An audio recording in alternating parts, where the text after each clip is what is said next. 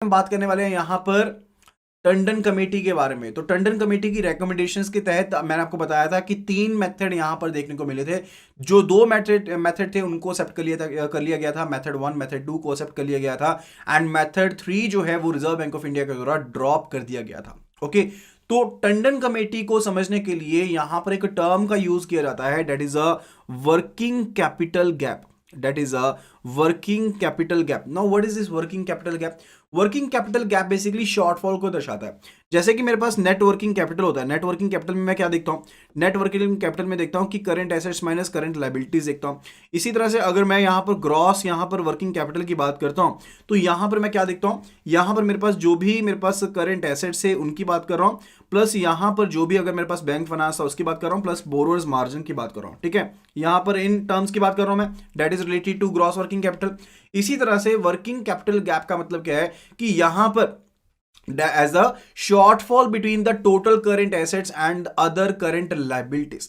तो यहां पर मेरे पास टोटल करंट एसेट्स जो है, जो भी मेरे पास टोटल करंट एसेट्स है एंड फर्दर जो अदर करंट लायबिलिटीज हैं उनका बीच में जो शॉर्टफॉल है, that is said to be what, that is said to be the working capital gap. अगर मैं आपको यहां पर टेक्निकली बताऊं तो working capital gap is equal to the total current assets minus the other current liabilities. And other current liabilities क्या है, liabilities other than the bank finance. तो लायबिलिटीज क्या है और लायबिलिटीज क्या है, इसमें अदर करंट लायबिलिटीज क्या है, liabilities other than the bank finance would be the other current liabilities. Okay, तो अदर करंट लायबिलिटीज का मतलब क्या होता है, what does this term particularly indicate, कि जो मेरे पास करंट लायबिलिटीज है माइनस द बैंक फाइनेंस, जैसे कि सीसी लिमिट है उसको माइनस कर दो।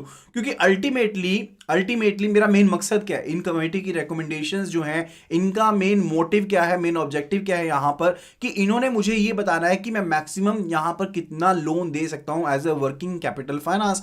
तो ये फाइनेंस तो ऑलरेडी दिया हुआ है, जो ये फाइनेंस है जो यहां पर मैं बात कर रहा हूं बैंक फाइनेंस की, ये तो ऑलरेडी दिया हुआ है, तो इसको हम सब्ट्रैक्ट कर देते हैं। ठीक है, इसको हम सब्ट्रैक्ट कर देते हैं। हमने ये देखना है कि वर्किंग कैपिटल में गैप कितना है, वर्किंग कैपिटल में गैप कितना है। Are you getting this particular point? तो मेन फंडा ओवर हियर इज कि हमारे पास फंडा क्या है कि मेरे पास टोटल करंट एसेट्स तो अवेलेबल है जो मेरे पास वर्किंग कैपिटल के लिए अवेलेबल है। ठीक है, एंड फर्दर करंट लायबिलिटीज मैंने इसमें से पे ऑफ करनी है ऑलरेडी।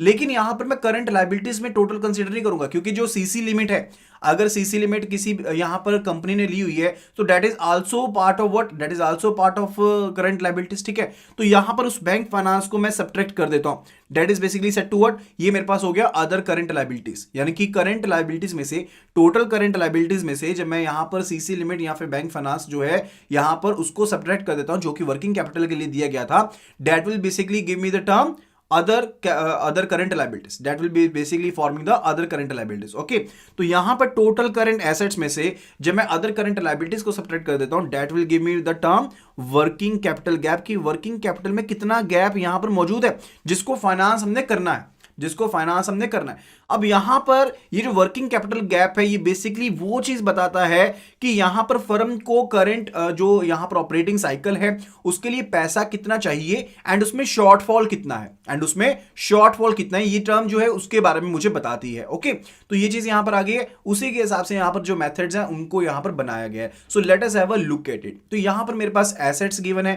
एंड लायबिलिटीज गिवन है। Liabilities are on the left side and assets are on the right side. Balance sheet में भी यही फंडा रहता है जो मैं यहां पर टी शेप्ड बैलेंस शीट की बात कर रहा हूं। ओके, अब यहां पर देखिए sundry creditors, sundry creditors basically किस चीज की टर्म है, जो यहां पर मेरे ट्रेड क्रेडिटर्स हो सकते हैं जिनसे मैंने यहां पर बिजनेस करते हुए, ट्रेड करते हुए उधार लिया। जैसे मान लीजिए मैंने रॉ मटेरियल लिया, रॉ मटेरियल लेते हुए मैंने किसी से उधार कर लिया, वो मेरे सन्ड्री क्रेडिटर्स होंगे। ठीक है, अदर करंट लायबिलिटीज यहां पर किसकी बात की गई है, अदर करंट लायबिलिटीज हो सकती है कि और कोई करंट लायबिलिटीज हो, जैसे कि किसी का रेंट पे करना था, बिल पे करना था, वेजेस पे करनी थी, वो छुटपुट खर्चे जो है वो यहां पर किसमें शामिल रहेंगे, वो यहां पर अदर करंट लायबिलिटीज में यहां पर शामिल रहेंगे, वो यहां पर आ गए। इसके अलावा शॉर्ट टर्म बैंक क्रेडिट बताया गया है, शॉर्ट टर्म बैंक क्रेडिट यहां पर बताया गया, जैसे सीसी लिमिट हो गई, यानी कि शॉर्ट टर्म के लिए जो अवेलेबल किया है। तो शॉर्ट टर्म जो क्रेडिट लिया जाता है ना बैंक से, वो किस पर्पस के लिए रहता है, वो वर्किंग कैपिटल को यहां पर कवर अप करने के लिए रहता है। ठीक है, तो मैंने आपको कल भी बताया था खर्चे दो तरह के होते हैं जो कंपनी को चाहिए होते हैं। एक होते हैं लॉन्ग टर्म के लिए,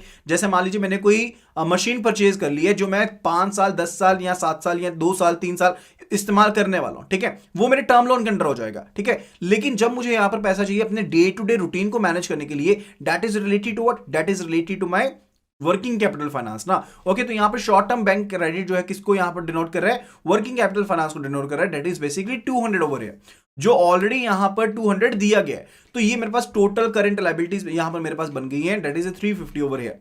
एंड इसी तरह से एसेट साइड पर मेरे पास दिए गए हैं रॉ मटेरियल, जैसे कि स्टॉक्स इन्वेंट्री हो गया, फिनिश्ड गुड्स, ये भी मेरे पास स्टॉक इन्वेंट्री का पार्ट बन गया। Then sundry debtor, sundry debtor यानी कि जिन लोगों को मैंने उधार दिया है, यानी कि जिन लोगों को मैंने उधार दिया, ठीक है, तो यहां पर वो क्या हो गया, वो यहां पर हो गया सन्ड्री डेप्टर हो गया। एंड टोटल मेरे पास ये एसेट्स हो गए, these are given to be 370 over here. Now let us come to the table where we will be calculating by first method। तो मैंने आपको बताया था कि 3 मेथड है एंड फर्दर 3 मेथड में से 2 मेथड यूज किए जाते हैं, एक मेथड ड्रॉप कर दिया गया, तो वो मेथड हम नहीं गो थ्रू करने वाले हैं। तो फर्स्ट मेथड जो है यहां पर मेरे पास जो रूलिंग है वो हर एक मेथड में सेम रहने वाली है। So let us have a look at it. तो यहां पर फर्स्ट मेथड देखिए, टोटल करंट एसेट्स जो है मेरे पास वो यहां पर ऊपर आ गए 370 के इक्वल आ गए, 2370 ओवर है।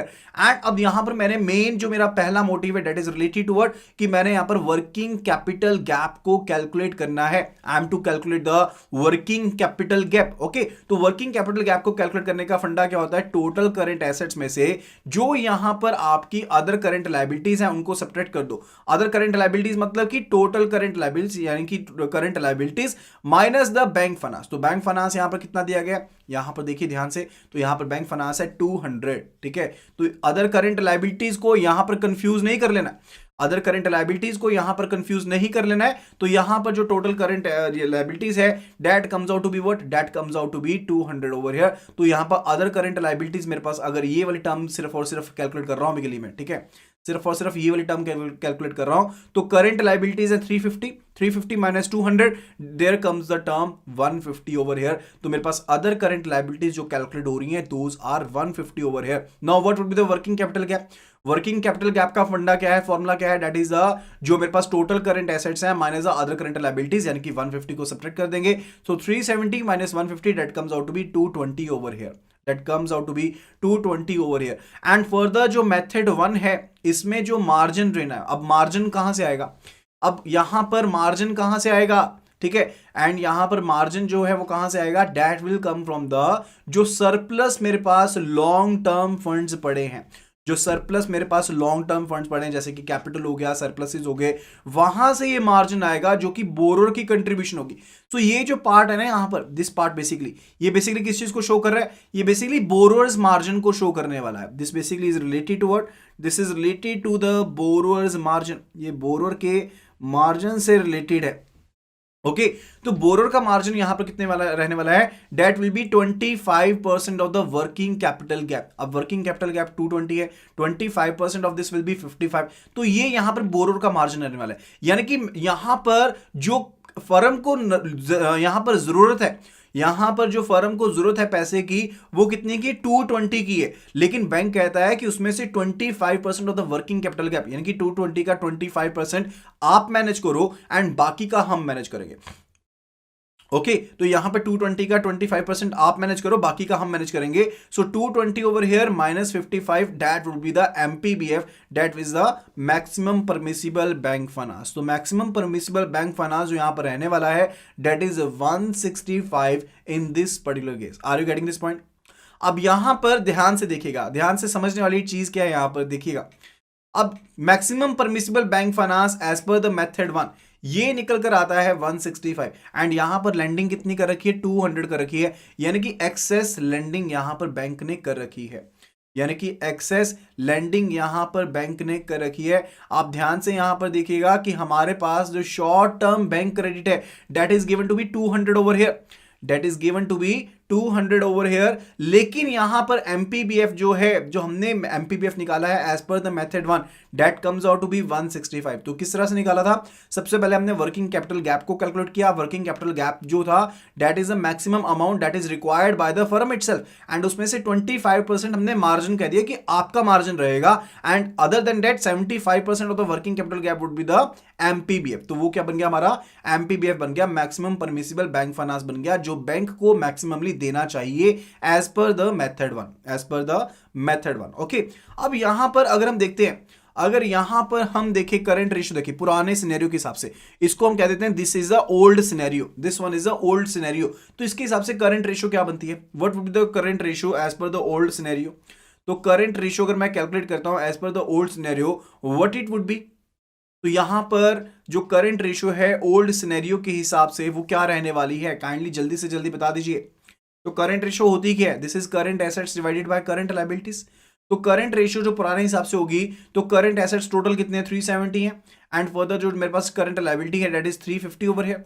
तो ये मेरे पास क्या होने वाली है, यहाँ पर करंट रेशियो होने वाली है। जो पुरानी यहाँ पर करंट रेशियो थी that comes out to be 370 divided by 350 and that comes out to be 1.05।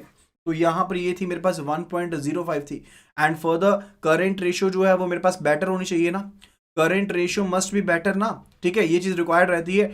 अब यहां पर नए केस में अगर मैं देखूं, अगर मैं लोन जो है 165 का देता हूं, इन द केस यहां पर 200 का लोन देता, इसकी जगह पर अगर मैं 165 का लोन देता, तो यहां पर मेरे पास टोटल करंट लायबिलिटीज कितनी बनेगी, टोटल करंट लायबिलिटीज जो है वो यहां पर कितनी बनने वाली हैं, क्योंकि मैंने एक्सेस ऑफ फाइनेंस यहां पर दिया हुआ था, तो टोटल करंट नई लायबिलिटीज मेरे पास बनने वाली हैं that will be 100 plus 50 plus 165 that will be 315। जो यहां पर नई यहां पर करंट लायबिलिटीज बनने वाली हैं वो 315 बनने वाली हैं, एंड फर्दर करंट एसेट्स तो सेम ही रहेंगे। सो यहां पर अगर मैं सीआर न्यू की बात करता हूं तो what it would B, so what it would be, it would be 370 divided by 315, it will be 370 divided by 315 and there it comes out to be 1.17, there it comes to be 1.17। तो यहां पर जो मेरे पास CR जो है यानी कि current ratio जो है वो यहां पर इंप्रूव हो गई है,